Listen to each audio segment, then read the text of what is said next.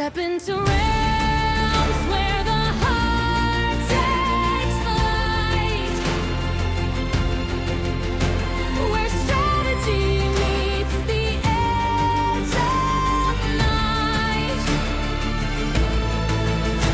The Dungeons, Dragons, and Psychology Podcast.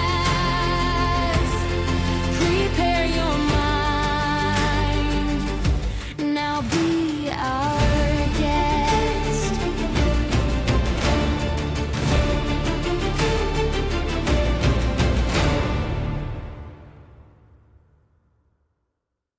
Most of my effective campaigns have been the ones that I have written or created myself. The process of building something unique always enhances my connection to the story, and it always seems to enhance the player's connection as well. Modules and adventure paths and stories that follow known settings can be really great and a lot of fun, but they can also be ruined when players have out-of-character knowledge or expectations about the setting, or they read spoilers about the plot.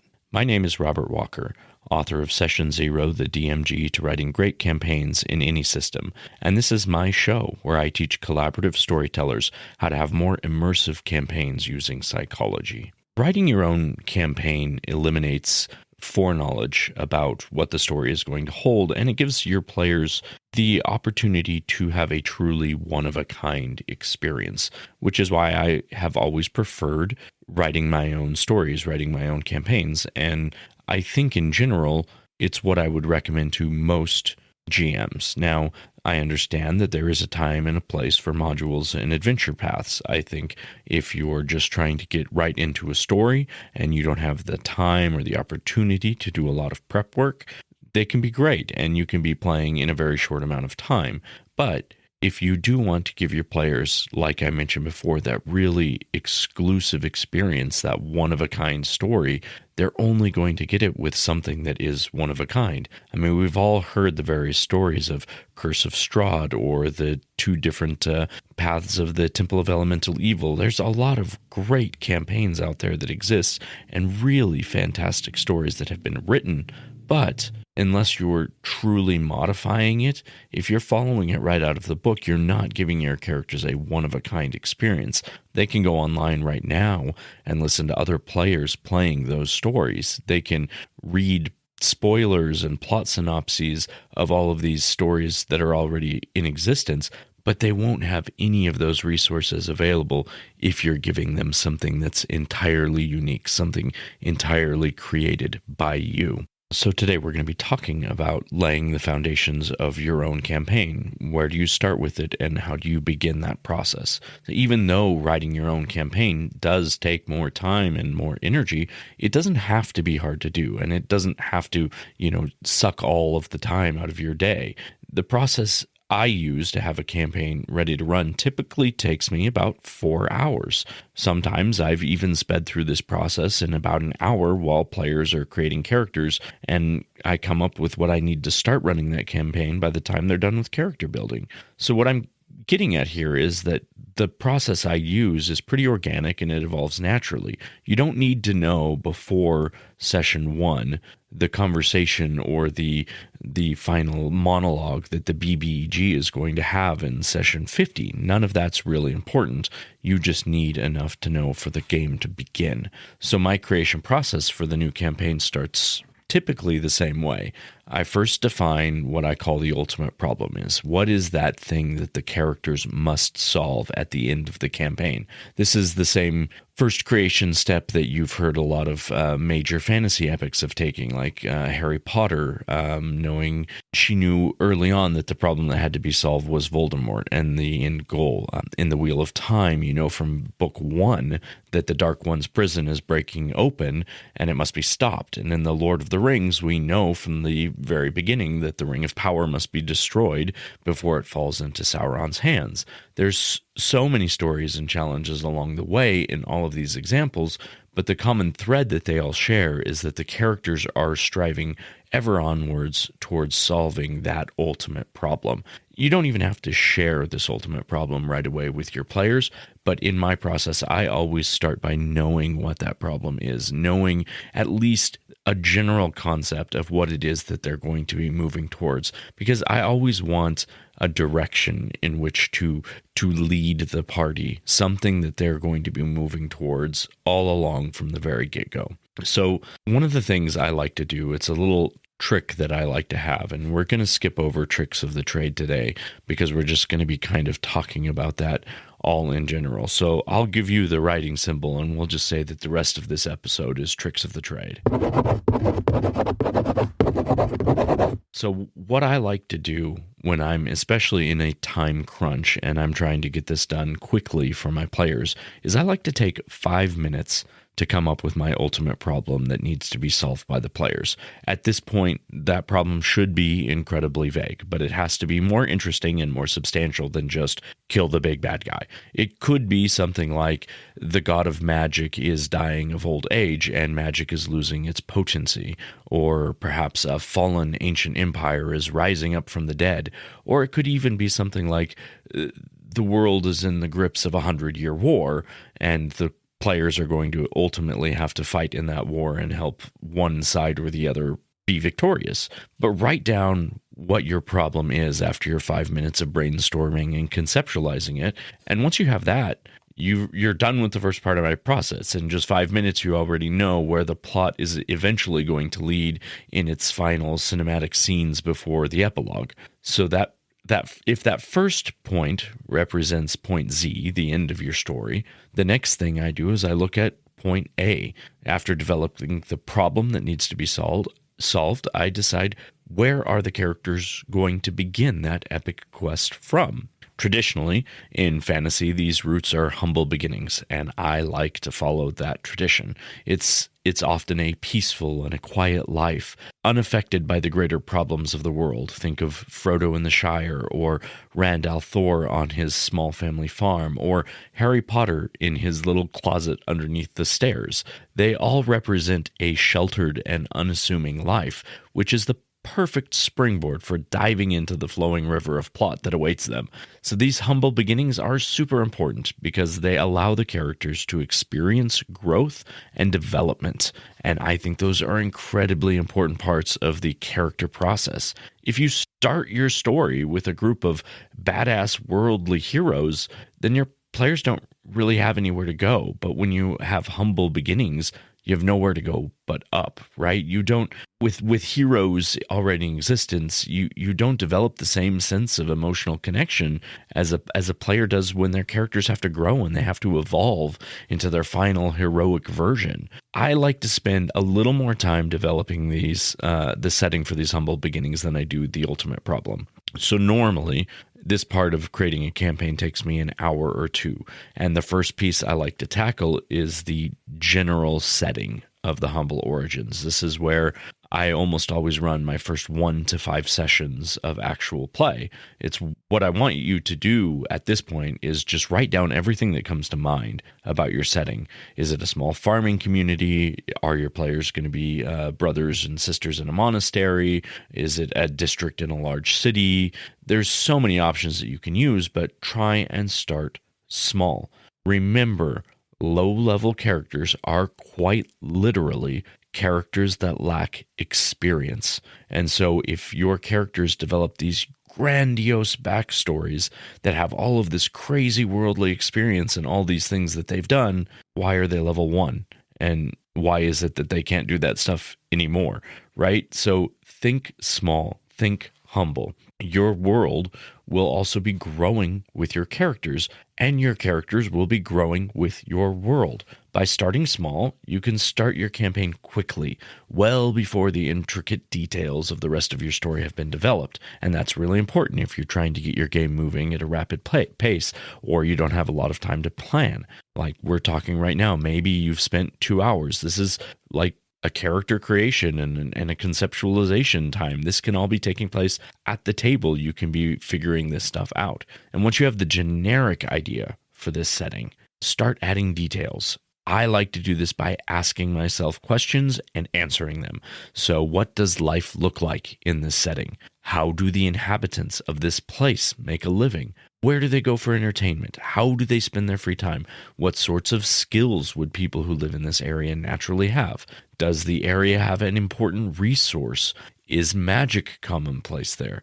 What are the politics of the area? Just keep asking and answering questions for about another 30 minutes to an hour until you develop a real feel of what this initial setting is going to look like. And at the end of this question and answer period, you will have a lot of details about life in your world, and you will be almost ready to place your characters into it. And then the final step I take before incorporating the players is to add well-known, important details that the characters would know. Here I'm dealing with the who, the what, and the where that characters living in this setting would know, with the same sort of answering questions that I'm asking myself process. So I would first ask myself, who do the players know in this area? This is how you decide who your first NPCs are going to be that the party's going to encounter, as well as important figures that they're aware of in a broader context. Like if they're living in a kingdom, they would probably know who the king is. So when you answer that question for yourself, you're figuring out who the leader of your nation is. You're just using this question and answer process to build your world piece by piece, question by question. After the who, ask yourself questions about the what. What would they know about their setting, about the politics, about religion? What would they know about history? And once you've asked a whole bunch of these questions, ask yourself questions relating to the where. What locations would be familiar to the players? Where are they situated in the world? Where are they in reference to important resources? What important locations do they know about throughout the greater part of the world? Is the capital city a long ways away from them? Are they nearby the ruins of a fallen empire? Is there a mystical forest nearby? Spend another bit of time, another 30 minutes to an hour, just answering these kind of questions, and your starting point is developed enough that your characters are ready to jump into it. Then at this point, I would not even be concerned about having my first adventure ready. I'm just laying the foundations for the setting that the heroes are going to start the story from. A different episode will focus on writing the first adventure, but for now, just think of laying the foundations, developing the setting, and having a small world, a small, humble setting for your heroes to begin exploring and meeting each other. Once the stage is set, you can move on to giving your players direction and assistance with character creation, and from this point, your world and adventures will be developed around the characters, not devoid of them. So knowing who your main characters are going to be is already very important. I think this is the most I ever really build of a campaign before I know who the characters in it are going to be, because the story is about the heroes, right? It's not about the world. We're not role-playing the world, we're role-playing the characters. So lay the foundations and let everything else be built around them. Now, after you have your foundation set, you move on to one of the more exciting parts of the new campaign, which is if your players haven't created characters yet, now's the time they're going to do that. You get to run your session 0. Although, as I said, it's possible to rush this whole process while your characters are creating, and I find that to be kind of a really interesting thing too, because you're just sort of speed running all the information you need to get your characters going. And what's really surprising about all that is those have been some of my most fun campaigns. I think one of our longest running campaigns, and we've talked about it a lot on this show, was one that everything was rolled randomly for character creation. And while the characters were rolling like every little aspect of their life randomly, I'm sitting there building the world randomly. I'm using random generators to get ideas for names and places, and I'm doing this same process that we're talking about here, and then just using generators to fill in the names. And by the end of the time they're done with character creation, we start a long, like year-and-a-half long campaign that is just really fun and really interesting. And so I would suggest, if you haven't tried a method like this, go back, listen to this episode one more time, write down the ideas that I gave you, and give it a shot, because I believe you are going to be really, really surprised by how effective building a world in this simple fashion can be, and how detailed it will eventually become as you build that world around the heroes. So that's all for our main topic and our tricks of the trade. Let's move on to the knowledge check.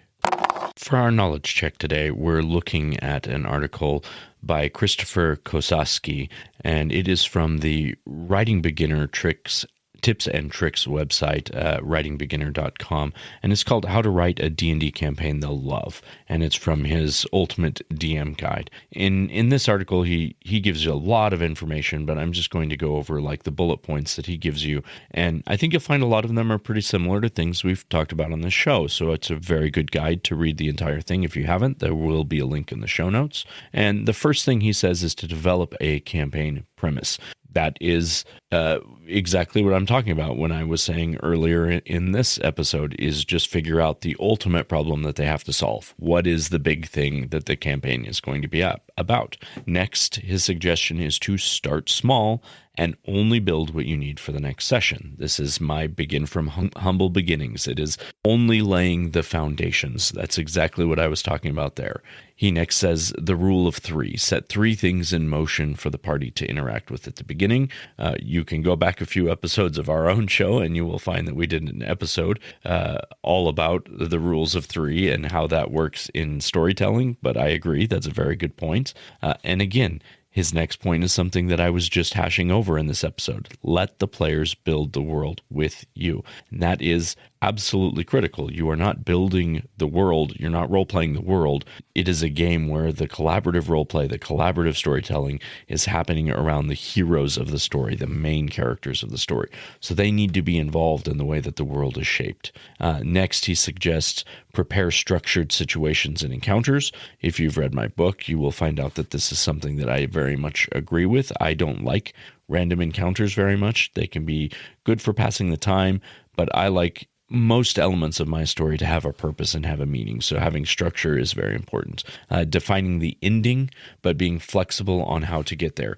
And if you've heard this show, I've explained this as sort of the roadmap theory, which is I know where we're starting on a road trip and I know where we're going to go, but I'm letting my characters choose all of the sightseeing along the way. So I know where it's going to end, but they get to decide how we're going to get there. And I think that's very, very similar to what the example he's giving here is. And so I would recommend there's a few more points than that, and he goes into a little bit more about details of writing and how to do all that, but I think that's a very good starting point for you, and I would definitely suggest you check out the link in the show notes if you want to read the full article and just get some more ideas. But that is all for today, Cyclothids. Thank you so much for joining me. Again, this was a little bit shorter of an episode. Just as a reminder, I'm just trying to give you stuff that I've already created and already written from my book for the next few weeks because my real life is on a very, very tight schedule right now. I'm currently in the process of opening some new businesses, and so that has kind of got me a little bit busy, but I want you to keep having this content and new information that you can stay engaged with the podcast. As always, leave us reviews, rate us, and reach out to me on Instagram or on Facebook or send me an email directly. You can find that at dungeonsdragonspsychology@gmail.com. We're also on Instagram at dungeons_dragons_psychology. There you can find a link to our Linktree where you can get a hold of me in basically every way possible and find us everywhere we are on social media, as well as a link to my email address. And until next time, Cyclothid, we'll see you next session.